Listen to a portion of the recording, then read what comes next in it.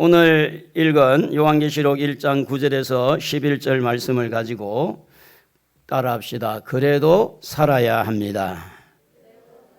우리 옆에 분하고 그래도 살아야 합니다. 한번 해보세요. 시작. 그래도 살아야 됩니다. 속상한 일이 많아도 살아야 되죠. 힘든 일이 많아도 살아야 됩니다. 지금 이제 미국에서 세계 경제를 많이 좌지우지하는데 미국의 이 은행의 이자를 얼마나 올리느냐 낮추느냐 하는 일을 연준이라는 데서 하는데 그 연준에서 이렇게 이자를 올리는 것뿐 아니라 돈을 푸는 것도 하는 거예요. 돈을 푸는 것도 이제 거기서 하는데 코로나19로 인해 가지고 돈을 많이 찍어서 막 풀었어요. 우리나라도 막 풀었잖아요. 거기에 대한 후유증으로 지금 인플레이션이 되어 가지고 다시 돈을 이렇게 은행으로 끌어올라고 하니까 이자를 이제 올리다 보니까 이 막 돈을 푸는 것에 대해서 책임을 지는 사람은 하나도 없어요. 이 또 말하는 사람은 없더라고. 지금 왜 이렇게 됐느냐, 우크라이나 전쟁 때문이다 이런 이야기는 있지만 코로나19 때문에 돈을 세계적으로 전부 다 이제 마구 찍어서 풀었으니 돈의 가치도 없을 뿐만 아니라 이제 거기에서 인플레이션이 되어 가지고 돈이 많다 보니까 그래서 이걸 어떻게 하든 인플레이션을 막아보려고 물가를 잡아보려고 은행에서 이렇게 돈을 다시 거두려는 방법이 이자를 올리는 것밖에 없다. 그래서 이제 그 이자를 올려가지고 지금 빚내가지고 이렇게 집을 산 청년들이 또 젊은이들이 지금 얼마나 힘들겠나 생각을 해봐요. 빚이 없어도 지금 살기가 빡빡한데 그거 한 달 돈 벌어가지고 이자에 다 갖다 주고 그래가지고 산다고 하는 그 사람들을 생각해 보면 그런데 여기에 대해서 어느 누구도 어느 나라도 너무 돈을 많이 풀어서 그렇다는 말을 안 하고 있어요. 그러니까 이 경제라는 것이 참 쉽지 않는데 그때 상황만 보고 막 이렇게 풀어서 돈을 찍어서 풀어가지고 그 위기를 모면하는 것처럼 됐지만 사실은 모면한 게 아니죠. 우리가 이것이 뭐냐 하면 삶이라는 것입니다. 때로는 실수를 해서 또 우리가 그 실수 때문에 대가를 지불하고 또 정치적으로 이렇게 저렇게 해서 그 영향을 받고 사는 것이 그게 바로 우리가 살아있다는 것인데 산다는 것은 한마디로 말하면 삶에 있어서 고통을 감수하고 고통을 느끼면서 사는 것이 사는 것이다. 말이 되게 어려운 말인데 쉽지만 어렵죠. 산다는 게 뭘까? 고통을 느끼면서 사는 거예요. 고통을 감수하면서 사는 거죠. 그 고통 때문에 괴롭다, 힘들다, 왜 나만 이런 게 고통이 많은가? 이것이 뭡니까? 살아있다는 증거라는 겁니다. 죽은 사람은 이런 고통을 느끼지를 못해요. 그러나 살아있는 사람은 슬플 때 같이 슬플 수밖에 없고 기쁠 때 기쁠 수밖에 없고 누가 한 대 때리면 아파하고 말하는 것이 살아있다는 증거입니다. 특히 요즘 같은 이런 우리나라도 선진국으로 진입을 하면서 부부가 맞벌이를 해서 살아도 빡빡합니다. 왜냐하면 학원비에다가 또 적금에다가 보험에다가 삶이 다 이렇게 정해져 있어요. 그러다 보니까 이게 부부가 벌어도 아주 이렇게 빡빡한 가운데 이자는 자꾸 올라가죠. 그 이자 내는 분들은 지금 올라갈 때마다 가슴이 덜컹덜컹 거릴 거예요. 왜냐하면 우리도 이자를 내봤기 때문에. 한 달요? 돌아서면 한 달입니다. 그게 오래 가지 않아요. 금방금방이에요. 자, 이런 가운데서 마음 아파하고 힘들어하는 이런 느낌을 가지고 있는 그것이 뭔가 하면 우리 한번 따라합시다. 아하, 내가 살아있네. 이 느끼는 것이 내가 살아있다는 거죠. 내가 죽어 있으면 전혀 이런 감각이 없는 거예요. 그러니까 살아있다는 거죠. 여러분, 물가는 계속 올라가고 있고 사람의 특별히 부자들도 요즘에는 그렇게 만만치 않다고 하는데 서민들은 삶이 계속해서 빡빡하게 되어지고 있습니다. 자, 이런 가운데 우리가 절망을 하기도 하고 낙심을 하기도 하고 때로는 우리가 극단적인 삶을 포기할까 이런 고민도 하는 사람들이 이래서 나오는 거예요. 너무 힘들어가지고. 그런데 그래도 살아야 된다. 할렐루야. 옆에 분하고 서로야 그래서 살아나야 됩니다. 살아야 돼요, 여러분. 그래도 살아야 돼요. 지금의 이런 한때를 우리는 뭐라고 말하냐면 고난에 따라 이렇게 북한에도 그런 때가 있었다고 그러는데 북한은 항상 고난에 따라고 보죠. 그러면 이러한 고난의 어떤 상황 속에서 어떤 물질적인 문제뿐 아니라 지금은 우리들의 마음에 상처를 많이 받는 사랑과의 어떤 관계에서 너무나 옛날보다 달라져 가지고 이기심이 강하고 자기중심이 강하다 보니까 옆에 있는 사람들의 마음을 많이 상처를 냅니다. 그래서 이런 상처를 받을 때 우리는 어떻게 살아야 되느냐, 이 부분을 함께 오늘 같이 나누면서 은혜를 받고자 하는데, 오늘 여기 성경에 기록되어져 있는 사도 요한이라는 사람이 등장을 해요. 이 사도 요한은 우리 신앙의 대선배죠. 이 사도 요한은요, 예수님의 제자 중에 나이가 제일 어렸다고 합니다. 나이가 제일 어렸으니 뭘 많이 받았겠어요? 사랑을 많이 받은 거죠. 그래서 요한복음 13장 23절에 보면 예수의 제자 중 하나고 그가 사랑하시는 자가 예수의 품에 의지하여 누웠더라. 예수님의 품에, 예수님의 무릎을 베개를 삼고 누울 정도로 예수님의 사랑을 받은 거예요. 그래서 예수님이 그 12제자 중에 요한복음 19장 27절에 보면 십자가에서 예수님이 못 박혀 죽으실 때 육신의 어머니 마리아에 대해서 보라 네 어머니라 하신데, 그때부터 그 제자가 자기 집에서 모시니라 이렇게 되어 있어요. 특히 에베소에 가면, 에베소 교회에 있는 쪽에 가면 누가의 묘가 있어요. 누가복음을 기록한 누가의 묘가 있고, 누가의 묘를 지나서 이 산을 올라서 굽이 올라가면 마리아 성천교회라는 것이 있어요. 그래서 천주교에서 지은 거니까 마리아가 성천해서 성천이 아니라 그렇게 거짓말로 만든 거죠. 근데 그 산에까지 쌀가마니를 짊어지고 마리아, 예수님의 모친 마리아를 봉양했다, 그런 이야기를 들은 적이 있어요. 그만큼 요한은 이제 예수님의 사랑을 많이 받고 예수님의 말씀의 유언에 따라서 마리아 어머니를 잘 섬겼다. 이 말을 다른 말로 말하면은 가장 그 중에서도 예수님의 사랑의 영향을 가장 많이 받았다는 겁니다. 저도 우리 가족이, 우리 형제가 5남매인데 3남 2녀예요. 사실은 저희 어머니하고 제가 제일 오래 이렇게 생활을 했고, 또 제가 제일 막내다 보니까 사랑을 제일 많이 받은 걸 느껴져요. 우리 형님들은 빨리 또 객지로 나가기도 하고, 또 누님들은 빨리 시집도 갔는데, 제가 이제 제일 오래 이렇게 있다 보니까, 막내다 보니까 제일 많이 저희 어머니의 사랑의 영향을 받았다고 저는 자부하고 있는데, 오늘 여러분 이 여기에 대선배가 되는 이렇게 예수님의 사랑의 영향을 최고로 받은 이 사람에게도 뭐가 있었느냐? 고난이 있었다는 거예요. 어려움이 있었다는 거예요.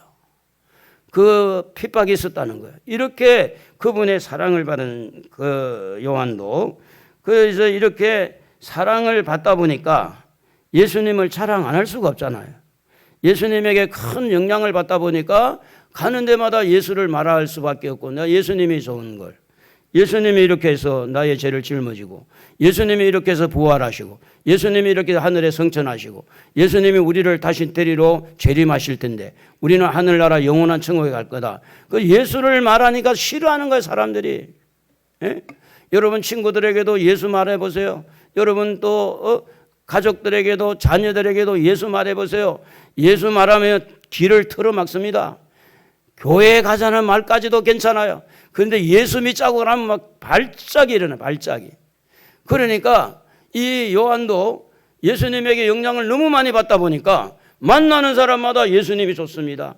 예수님 좋아요. 예수님 믿고 마음 평안해집니다. 예수 믿으면 제사함 받습니다. 그래서 그는 이런 이야기를 했어요. 오늘 읽은 말씀 9절 다 같이 한번 읽어보겠습니다. 나 요한은 너희 형제요 예수의 환난과 나라와 참음에 동참한 자라. 하나님의 말씀과 예수를 증언하였으므로 말미암아 반모라는 섬에 있었더니 예수님을 전함으로 인해서 반모라는 섬에 유배되어졌다고 하는 겁니다.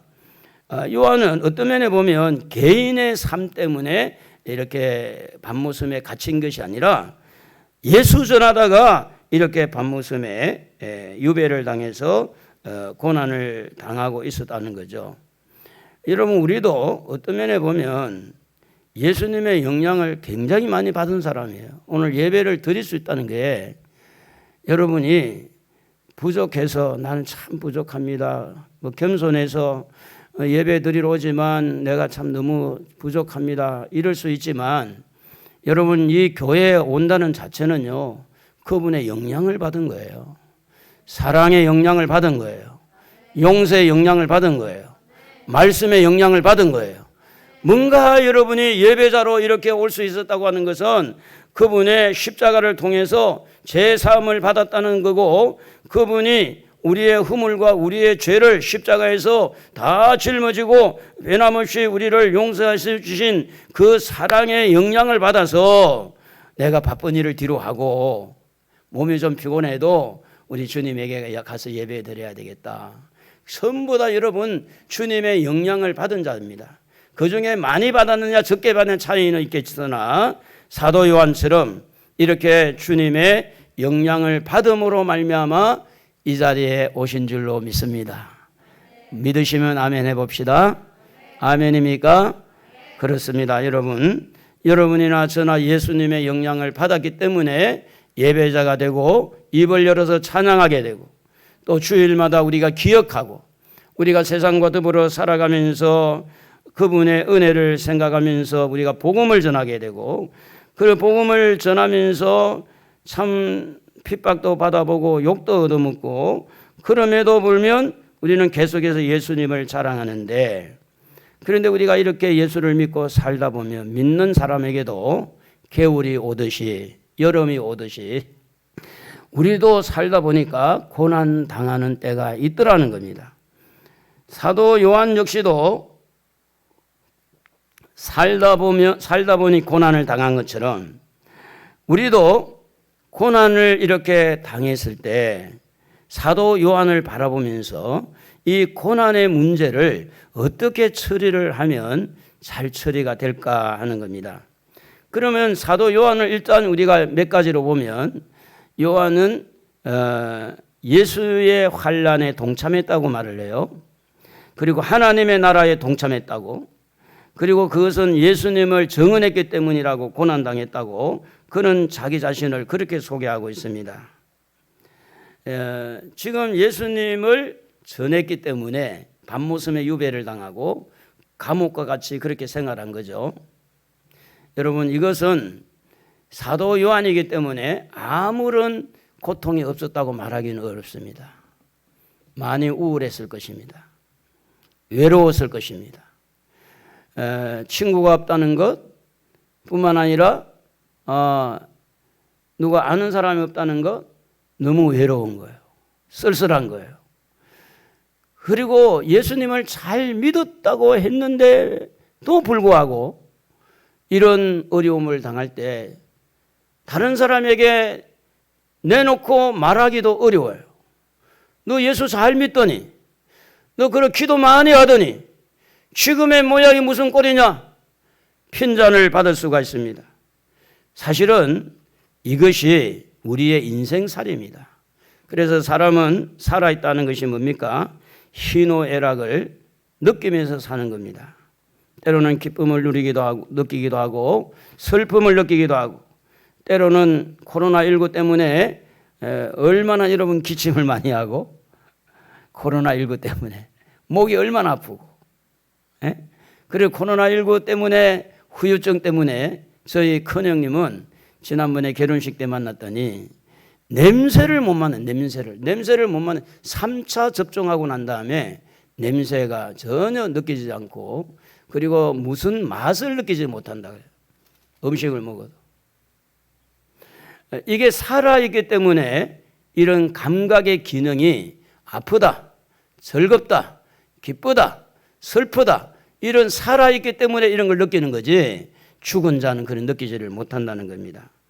특별히 가난 가운데서 마음이 많이 압박감을 느끼고 이렇게 어떻게 하면 이 가난을 좀 이렇게 헤쳐나가고 예전에 어떤 부를 회복하고 싶은 이런 압박감을 갖고 사는 것 자체도 어떤 면에 보면 살아있다는 증거가 되는 겁니다. 그래서 우리 마음에 상처가 있어서 때로는 주님은 그 상처를 준 사람에게 용서하라고 이렇게 말을 하지만 내 상처가 너무 커서 늘 용서가 되지 않는 겁니다.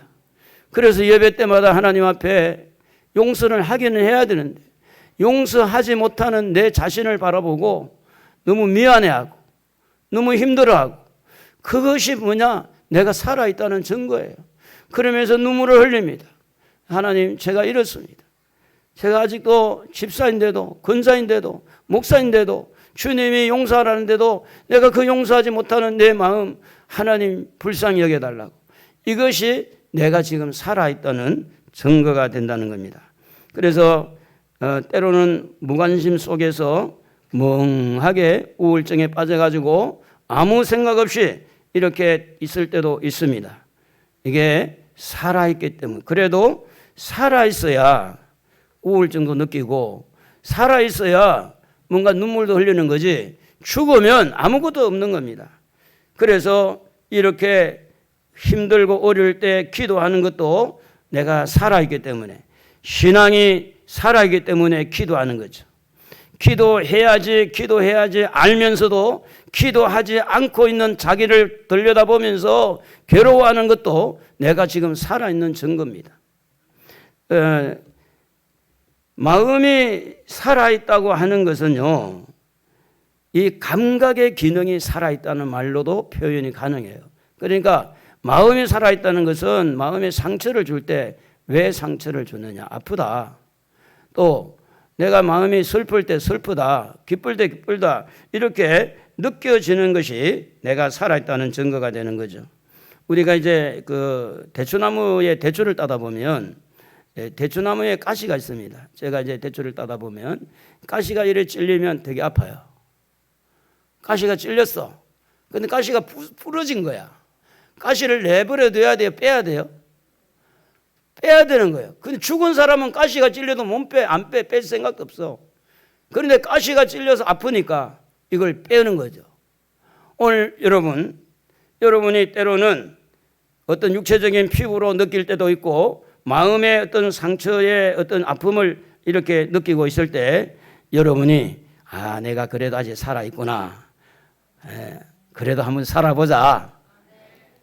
옛날에 잘 살아보세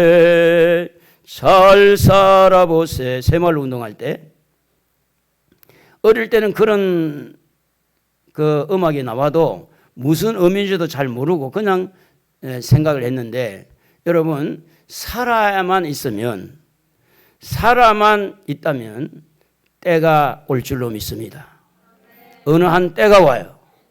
주님 부르실 때 천국 가는 때가 오든지 이 땅에서 회복되어서 성공하는 때가 오든지 그 문제를 회복할 수 있는 기회를 얻지만 삶을 포기하면 아무런 기회가 없는 겁니다.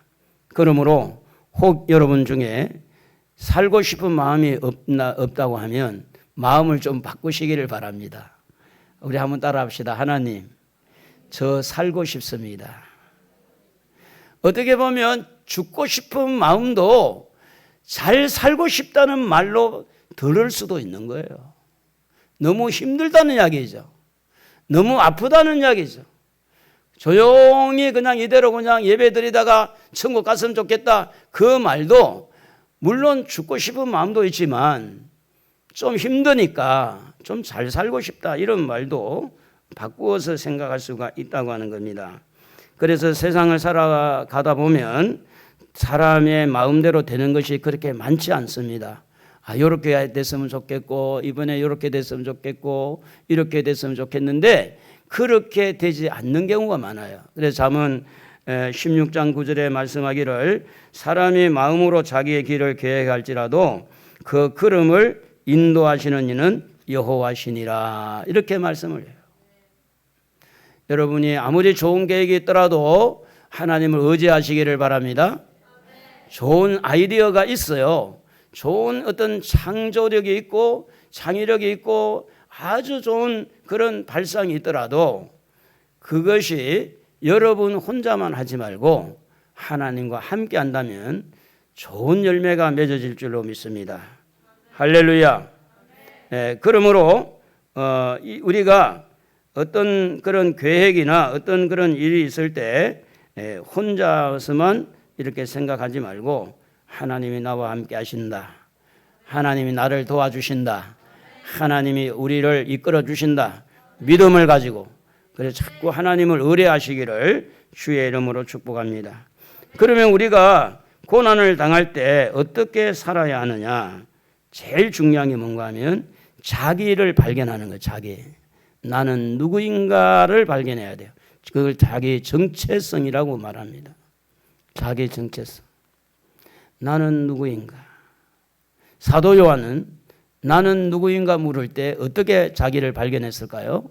나는 주님의 사랑을 받은 자다. 그 중에서도 최고의 사랑을 받은 자다.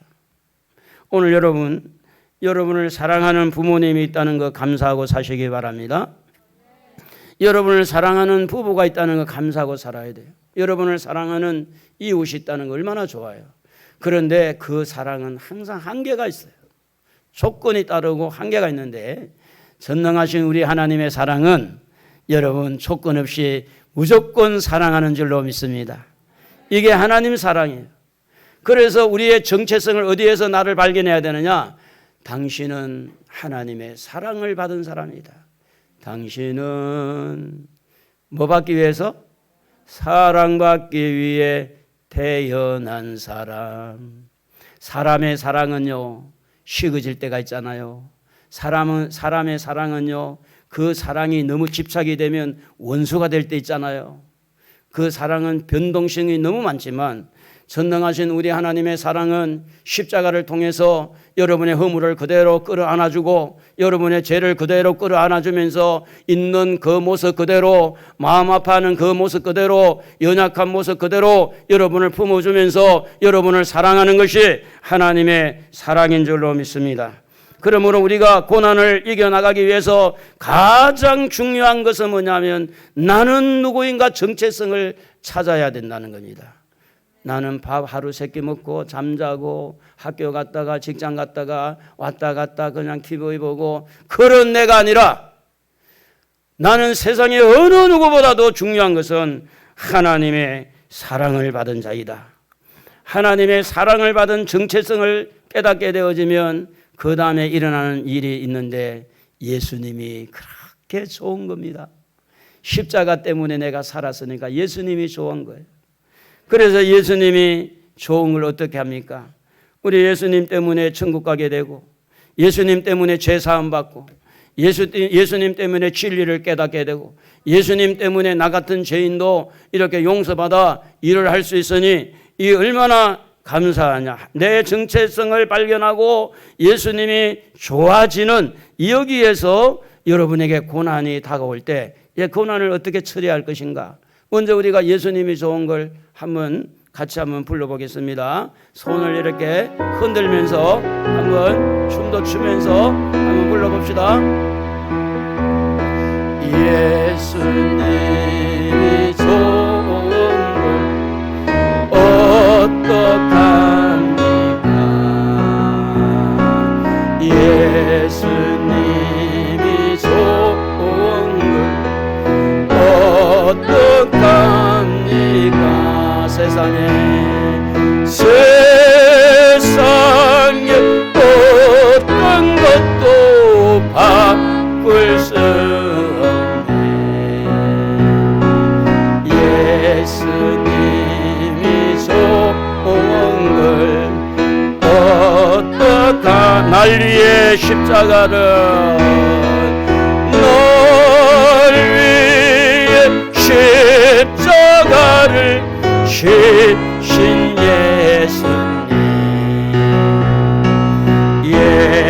예수님이 좋은 걸 날 위해 다시 사신 부활의 주님. 널 위해 다시 사신 부활의 주님. 예수님이 좋은 걸 어떡하. 세상에 다시 오실, 세상에 다시 오실 재림의 주님. 예수님이 좋은 걸, 예수님이 좋은 걸 어떡합니까? 박수하겠습니다. 내 정체성이 내가 하나님의 사랑을 받은 자다. 내 정체성이 나는 예수님을 사랑하는 사람이다. 여기에 연결이 되어서 나라는 존재의 가치, 퀄리티를 높여야 돼요. 나는 아무것도 아닌 게 아닙니다. 우리가 얼마나 소중합니까? 내 목숨은 하나입니다. 목숨이 두 개가 아니에요. 이 세상에 한 번 살아갑니다. 얼마나 소중한 목숨인지 아셔야 돼요. 여러분, 조금만 힘들다고 죽고 싶어하는 그런 가치 없는 인생이 아닙니다. 전능하신 천지를 만드신 그 하나님의 사랑을 입은 자들입니다. 그리고 그 사랑을 입은 자이기 때문에 우리는 예수님을 사랑할 수밖에 없고 예수님이 좋은 거예요. 예수님 이름만 불러도 좋잖아요. 예수 예수 예수 예수 예수 예수 이름 부르는 순간에 귀신이 쫓겨나가고 악한 영이 떠나가고 저주가 물러가고 예수 이름이 얼마나 좋아요. 그래서 우리는 사실 가만히 생각해 보면 예수를 모르면, 예수를 몰랐다면 멸망당할 죄인들이잖아요. 지옥불에 떨어질 자들이잖아요. 그런데 이 죄인이 예수님의 그 십자가를 알게 하고 복음을 듣게 하고 예수님 때문에 어떤 죄도 용서받고 우리 하나님의 사랑을 받게 되고, 그래서 내가 이제 이리 봐도 저리 봐도 하나님 앞에 내놓을 만한 것이 없는데도 불구하고 하나님이 나를 이렇게 사랑해 주신 그 사랑을 받은 나는 공부도 못하고, 그게 아니고 사랑 안에 무슨 공부가 들어갑니까? 나는 재산이 없고, 그게 아니고 사랑에 무슨 재산이 들어갑니까? 나는 능력도 없고 하나님의 사랑을 받은 자인데 어떻게 능력이 거기 들어갑니까? 나는 하나님의 사랑을 받은 자인데, 나는 가정이 이렇게 내놓을 게 없고 자식 자랑할 것도 없고 나는 아무것도 없고 어떻게 하나님의 사랑을 받은 것인데 그런 것을 드러내고 있느냐고. 이게 이제 뭐냐면 헷갈리게 만드는 거예요. 혼란스럽게 만드는 거예요. 오늘 여러분 모두는 하나님의 사랑을 받은 자입니다. 용서를 받은 자입니다. 천국 갈 사람들입니다. 하나님의 사랑을 받은 사람으로 정체성을 살려야 돼요. 그래야만이 내가 이 고난을 이길 수 있는 능력과 힘을 발휘할 수 있는 거지. 우리가 어떤 가정 때문에 이야기하면 가족에 대한 이야기를 못해요. 부모에 대한 이야기, 부모 자랑할 게 없으면 부모에 대한 이야기 못해요. 자식에 대한 이야기하면 자식에 대한 이야기 못해요. 여기 기죽고 저기 기죽고 다 기죽어 가지고 무슨 고난을 이길 수 있겠어요. 뭐 재산이 얼마나 늘어났고 자동차를 뭘 타고 다니고. 우리 집사님 한 분이, 목사님 이 차 바꿔야 되지 않겠습니까? 아니 차 멀쩡한데 왜 바꿔? 그래도 목사님 3년 되면 바꿔야 됩니다. 안 돼. 뭔데 타고 다니는 차 왜 바꾸냐고. 여러분, 좋은 차를 타고 다니고 차가 없어서 걸어 다닌다고 여러분 그것이 어떻게 하나님의 사랑하고 비교할 수 있겠습니까? 어떻게 그것이 천국 가는 사람하고 비교할 수 있겠어요? 여러분 모두는 소중한 사람들입니다. 여러분 모두는 가치 있는 사람입니다. 여러분 자신을 퀄리티를 높여서 자존감을 세워서 정체성을 살려서 나는 하나님의 사랑을 받은 사람이고 하나님의 사랑 속에 예수님의 십자가를 통해서 다 죄사함을 받고 나는 천국에 가서 영원한 천국의 하늘나라에 들어갈 사람이다. 할렐루야. 그렇게 믿으시면 아멘 해봐요. 오른손 들고 아멘. 두 손 들고 아멘. 그래야 돼요. 기죽지 말고. 제가 이래봐도요, 여러분 볼 때는 별거 아닌 것 같지만 어디를 가도 제가 기죽는 사람 아니에요. 여러분 볼 때는 시시해 보일지 모르지만 어느 사회에 가서도 어느 그런 단체에 가서도 기죽지 않습니다. 당당합니다. 왜요? 하나님의 자녀잖아요. 그렇기 때문에 우리가 우리 자신의 정체성을 살려서 도대체 나는 누구인가? 나는 어떤 영향을 받았고 나는 앞으로 나의 길은 어떤 길인가? 자기 자신을 잘 살펴서 이제 우리가 나 같은 이런 죄인을 용서해 주신 그 주님을 생각하고 자기 자신을 좀 이렇게 교만하라는 이야기가 아닙니다. 소중하게 생각합시다. 귀하게 생각해야 돼요. 여러분 자신은 너무 소중합니다. 우리 찬송가 보면 날 구원하신 예수를 영원히 찬송하겠네. 한번 262장인데 한번 불러볼까요?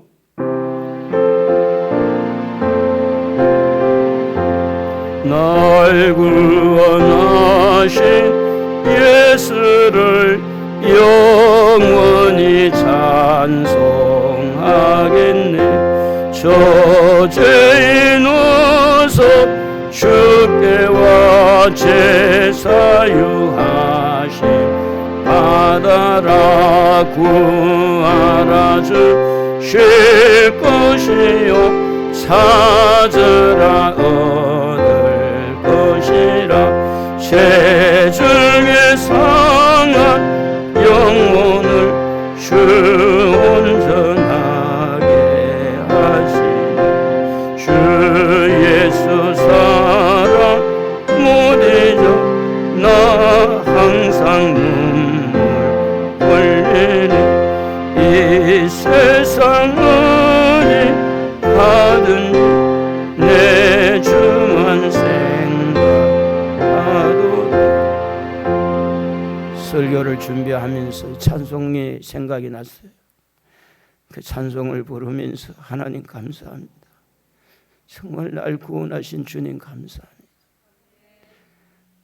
너무 감격이 되고 감사가 돼서 하나님 나 같은 죄인을 위해서 이렇게 사랑해 주시니 감사합니다. 사실은 제가 지금 저도 많이 힘들거든요. 코로나19 때문에 성도들은 제대로 나오지도 않고 저도 많이 힘들거든요. 그런데 날 구원하신 주님을 생각하니까 눈물이 나는 거야. 목이 메이고 너무 감사하면서 하나님 감사합니다. 힘들어도 살아야 합니다. 고난이 있어도 살아야 합니다. 그래도 살아야 돼요. 그래서 우리는 예수님이 좋아서 예수님의 십자가에서 은혜를 이렇게 받고 감격하고 그분이 좋아서 예배하고 그분이 좋아서 찬양하고 그분이 좋아서 복음을 전하고 그분이 좋아서 기뻐하고 그분이 좋아서 그분을 위해서 살기로 결심하고 내가 이제는 누구를 위해 살 것인가? 그분을 위해 살아야 되겠다. 그래서 영생을 주신 그분을 위해서 내가 고난 중에도 그분을 위해서 어떻게 살 것인가? 요한복음 5장 24절에 내가 진실로 진실로 너희에게 이르노니 내 말을 듣고 또 나 보내신 이를 믿는 자는 영생을 얻었고 심판에 이르지 아니하니 사망에서 생명으로 옮겼느니라. 여러분 우리는 시시한 사람이 아닙니다. 정말입니다. 다 늙었고 돈도 없고 머리도 둔하고 그게 아닙니다. 그러므로 사랑하는 성도 여러분, 우리가 어떤 고난을 헤쳐나갈 때 가장 중요한 것은 내가 누구냐, 나는 어떤 사람이냐, 내 정체성을 살려서 그분의 사랑의 영향을 받고 나 같은 죄인을 용서해 주신 그분을 사랑하는 나를 발견해야 됩니다. 그래서 우리가 이제 주님을 의지하고 주님을 사랑하고 있다는 증거가 어디서 나오느냐? 요한복음 15장 19절에 보면 너희가 세상에 속하였으면 세상이 자기의 것을 사랑할 것이나 너희들은 세상에 속한 자가 아니요 도리어 내가 너희를 세상에서 택하였기 때문에 세상이 너희를 미워하느니라. 요한일서 3장 13절에도 형제들아 세상이 너희를 미워하여도 이상히 여기지 말라. 제가 목사이기 때문에 이 만남에서 많은 부분에 어떻게 보면 따돌림을 당할 수도 있고 때로는 목사이기 때문에 욕을 먹기도 하고 이용을 당하기도 하고 대놓고 당신이 목사이기 때문에 내가 이용했다 뭐 이런 말도 듣고. 여러분 세상이 여러분을 미워하는 것이 당연한 거예요. 아멘도 안 해보니까 잘 지내기. 여러분 복음을 전해보세요. 저 복음 전하면 금방 드러날걸요. 싫어하는 사람들. 세상이 여러분을 미워한다는 것은 우리가 어디에 속했다? 하나님에게 속했다. 예수를 믿기 때문에 그랬으면 되냐고 이렇게 욕 얻어먹을 때 그게 뭐냐? 미워할 때 아 내가 하나님에게 속했구나. 그러므로 아무리 힘들어도요 고난당해도요 사도 요한처럼 우리는 하나님의 자녀이고 우리는 하나님에게 속하였고 우리는 영생을 얻은 사람이고 우리는 천국에 들어갈 사람이고 우리는 예수님을 사랑하는 사람이기 때문에 살아야 됩니다. 미움을 받아도 살아야 됩니다. 욕을 얻어먹어도 살아야 돼요. 핍박을 받아도 살아야 돼요. 그래서 오늘 여러분 예수님을 사랑하는 정체성을 살려서 이제 우리가 고난이 올 때 어떻게 그 고난을 이렇게 극복해 나갈 수 있느냐. 요한은 이렇게 말을 했어요. 예수의 환난에 동참하는 것이다. 예수의 환난에 동참한다는 말은 두 가지를 생각하게 되는데 하나는 예수님의 고난을 묵상하는 겁니다. 내 고난과 예수님의 십자가의 고난을 겹치게 보는 거예요. 예수님이 왜 고난당했습니까? 나를 위해서. 그런데 그분은 죄 없이 고난을 당한 거예요. 지금 내가 고난당한 것은 내 실수와 내 허물 때문에 고난당한 건 더 많아요. 그래서 내가 이 고난을 극복하기 위해서 자책만 하고 죄책감만 빠지고 다 내 때문이야. 내가 그때 결정을 잘못해서 그렇고 내가 바보라서 그렇고 그것을 자기에게로 돌려버리면 이 고난의 문제가 해결이 안 되는 겁니다. 그래서 예수님께서 죄인을 위해서 오셨고 그가 찔리면 우리의 허물 때문에 찔렸기 때문에 우리가 어떤 고난을 헤쳐나가는 가장 중요한 것은 예수님의 고난에 동참하는 겁니다. 참여하는 거예요. 내가 실수를 했더라도 내가 잘못했었더라도 그 고난을 우리 주님이 나를 위해서 고난당하신 것과 같이 겹치게 해서 묵상하는 거예요. 주님은 얼마나 아팠을까? 나보다 더 아팠을까? 주님 얼마나 슬펐을까? 나보다 더 슬펐을까? 주님 얼마나 힘들었을까? 나보다 힘들었을까? 이렇게 주님을 묵상하면서 내 고난을 내가 이것을 해결하려고 하지 말고 주님의 십자가에다가 자꾸 접촉을 시켜서 그 주님의 십자가를 묵상하는 가운데 이 고난의 문제가 희석이 되도록 섞이도록 그렇게 할 때 이 문제들이 하나하나 해결되고 또 살맛이 나요. 그래서 살아갈 용기가 생긴다 그 말입니다. 예수님의 십자가에서 여러분의 고난을 다 감당하고 십자가에서 죽으셨기 때문에 여러분의 고난을 여러분이 책임지려고 그러지 말고 할렐루야 그분에게 자꾸 이렇게 붙여봅시다. 맡겨봅시다. 할렐루야. 그리고 또 하나는 복음을 전하다가 온 고난인지 생각을 해보는 거예요. 내가 실수해서 한 게 아니라 난 복음 전하다가 이런 고난을 당했다. 요한처럼. 그렇게 할 때 예수님이 참 잘했다. 좁은 길로 가는 그 길. 예수님의 그 십자가를 자랑하다가 고난당할 때. 그래서 현재의 고난은 장차 우리에게 나타날 영광과 좋게 비교할 수 없다. 천국이 있다는 것을 깨닫고 그 고난을 이겨나가야 될 줄로 믿습니다. 성도 여러분, 우리가 이 땅에 살아갈 때 정직하게 살려고 힘쓰고 화목하게 살려고 힘쓰시는 것 참 좋은 줄로 믿습니다. 악하게 살지 않으려고 예수님을 닮아가려고 애쓰시는 것도 하나님이 아신다고 합니다. 그것이 예수님의 환난에 참여하는 것이라고 하나님 말씀하고 있어요. 그러므로 중요한 것은 뭐냐면 여러분의 자책에서 벗어나야 됩니다. 여러분의 자책감에서 벗어나지 아니하면 원수 마귀는 계속해서 그 통로를 통해서 여러분을 코너로 몰아갈 겁니다. 여러분이 어떤 큰 실수를 했든지 어떤 큰 잘못을 했든지 간에 그것을 우리 주님에게 맡기고 여러분은 자유함을 누려야 될 줄로 믿습니다. 할렐루야. 주님이 여러분을 도와줍니다. 여러분의 마음을 도와줘요. 그래서 이사야 41장 10절에 두려워하지 말라 내가 너와 함께함이니라. 놀라지 말라 나는 내 하나님이 됨이라. 내가 너를 굳세게 하리라. 참으로 너를 도와주리라. 참으로 나의 의로운 오른손으로 너를 붙들리라. 그러니까 여러분 너무 죄책감이나 자책감에 빠지지 말고 지금부터 살아나는 심령이 일어나기를 바랍니다.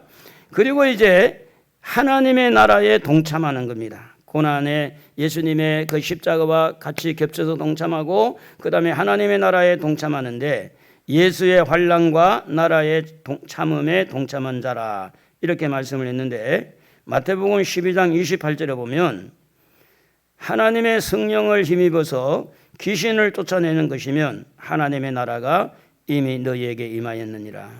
여러분 귀신이 있잖아요. 악한 영이 있잖아요. 이걸 쫓아내는 그 순간에 하나님의 나라가 우리 안에 임한 거예요. 임한 거예요. 그래서 성령님이 여러분의 마음에서 어떤 그런 잘못된 생각들을 이렇게 쫓아내고 정리를 하실 때 받아주셔야 돼요. 그러니까 이제 자꾸 내 것이라고 그걸 나쁜 것을 이렇게 간직하려고 하지 말고 버릴 것은 버리고 미워하는 것도 버리고 시기하는 것도 버리고 저 욕심도 좀 버리고 또 누가복음 17장 21절에 보면 하나님의 나라는 너희 안에 있느니라고 그렇게 우리 안에 있다고 그래서 하나님 나라. 그래서 예수를 믿고 제사함을 받으면요 제일 먼저 오는 축복이 뭐냐 마음의 평안입니다. 마음의 평안. 평화로다. 예수 믿고 제일 좋은 축복이 뭐냐 마음이 평안한 거예요. 두려움이 없어요. 부산을 가려고 그러는데 아이고 차를 타고 가는데 중간에 사고는 안 날까.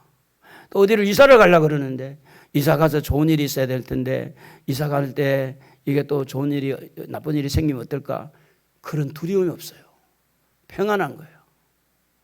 그래서 여러분 하나님의 나라는 우리가 죽어서 영원한 천국에 가기 전에 지금부터 여러분의 마음에 평안함을 누리고 하나님의 나라를 누리기를 주의 이름으로 축복합니다. 사도행전 14장 22절에 보면 하나님의 나라에 들어가려면 많은 환난을 겪어야 할 것이니라고 말씀합니다. 여러분 하나님의 나라가 되기까지는 영적 전쟁을 해야 돼요. 여러분 안에 있는 어떤 옛날의 썬뿌리들 상처를 통해서 만들어진 썬뿌리와 싸워야 되고 여러분 속에 있는 욕심과 싸워야 되고 여러분 속에 있는 어떤 그런 이기심과 시트와 시기와 이런 것들 옛사람과 겉사람 이런 것을 싸워서 이렇게 많은 내부적으로 환난 외부적으로 환난 이런 것들을 과정을 통해서 하나님의 나라가 이루어지는 거지. 오늘 예수 믿으니까 오늘 뭐 당장에 다 그렇게 된다는 이야기가 아니에요. 이제는 시작이 예수 믿는 사람은. 로마서 14장 17절에 보면 하나님의 나라는 먹는 것과 마시는 것이 아니라 성령 안에서 의와 평강과 희락이다 이렇게 말씀을 했어요. 한번 저를 한번 보시고 저를 한번 따라해 볼까요? 민수기 입을 좀 벌려봐 가지고 창세기 치저 성령 안에서 하나님 나라는 뭐냐 인상 쓰는 게 아니고 웃는 거랍니다. 기뻐하고 웃는 거래요. 고린도전서 4장 20절에 보면 하나님의 나라는 말에 있지 아니하고 능력이 있다 오직 능력이 있다 이 말은 여러분의 속사람이 겉사람을 이겨야 돼요. 능력이 있다는 악한 영을 내쫓는 능력이 있는 거예요. 세상을 이길 능력이 있는 거예요.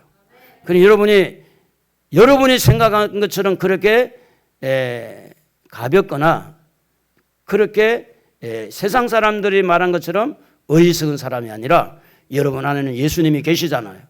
성령이 함께 하잖아요. 여러분 안에는 말씀이 있잖아요. 여러분은 능력자입니다. 귀신을 쫓아낼 수 있어요.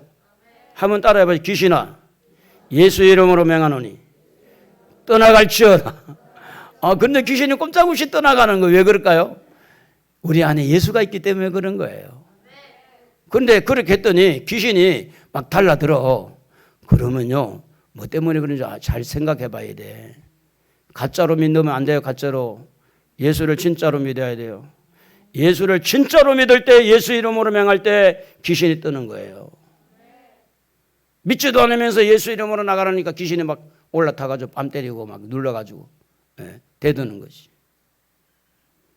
그래서 여러분에게는 능력이 있다는 것을 기억하고, 자, 이렇게 고난 가운데서 우리가 살아야 되는데 이렇게 살게 되면 어떤 복이 있느냐? 요한계시록 1장 10절 다 같이 한번 읽어봅시다.